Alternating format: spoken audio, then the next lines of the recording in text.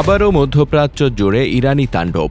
French ঘাঁটি থেকে শুরু করে ইরাক, কুয়েত ও ইসরায়েল সবখানে এখন কেবল ইরানের নিখুঁত আঘাতের ত্রাস।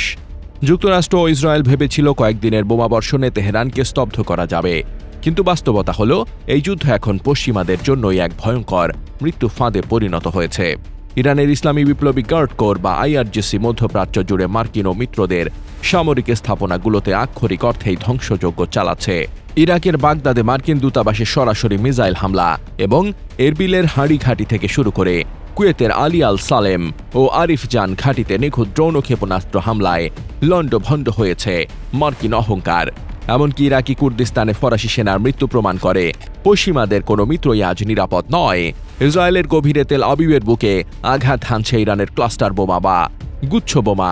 বাদ যায়নি ইসরায়েলি স্যাটেলাইট কেন্দ্র ও বিশেষ পুলিশ ইউনিটের সদর দপ্তরও।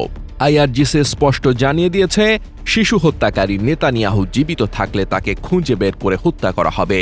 সামরিক ফ্রন্টের পাশাপাশি অর্থনৈতিক ফ্রন্টেও যুক্তরাষ্ট্র আজ চরম বিপর্যস্ত। হরমুজ প্রণালী কেবল যুক্তরাষ্ট্র ও তার মিত্রদের জন্য বন্ধ করে দিয়ে বিশ্ব অর্থনীতিতে এক মাস্টার স্ট্রোক খেলেছে তেহরান। বাধ্য হয়ে মার্কিন প্রেসিডেন্ট ডোনাল্ড ট্রাম্প এখন মিত্রদের কাছে যুদ্ধজাহাজ পাঠানোর জন্য কার্যত ভিক্ষা চাইছেন। সংযুক্ত আরব আমিরাতের বন্দরগুলো খালি করার ইরানি হুমকির পর পুরো উপসাগরীয় অঞ্চলে চরম আতঙ্ক বিরাজ করছে। পরিস্থিতি এতটাই ভয়াবহ রূপ নিয়েছে যে নিরাপত্তাজনিত কারণে যুক্তরাষ্ট্র তাদের নাগরিকদের অন্তত 12টি দেশ ছাড়ার নির্দেশ দিয়েছে। এর পাশাপাশি ইরাকে মার্কিন নাগরিকদের ওপর হামলার জন্য সশস্ত্র গোষ্ঠীগুলো লাখ টাকার পুরস্কার ঘোষণার বিষয়টি যুক্তরাষ্ট্রের জন্য নতুন শঙ্কার কারণ হয়ে দাঁড়িয়েছে।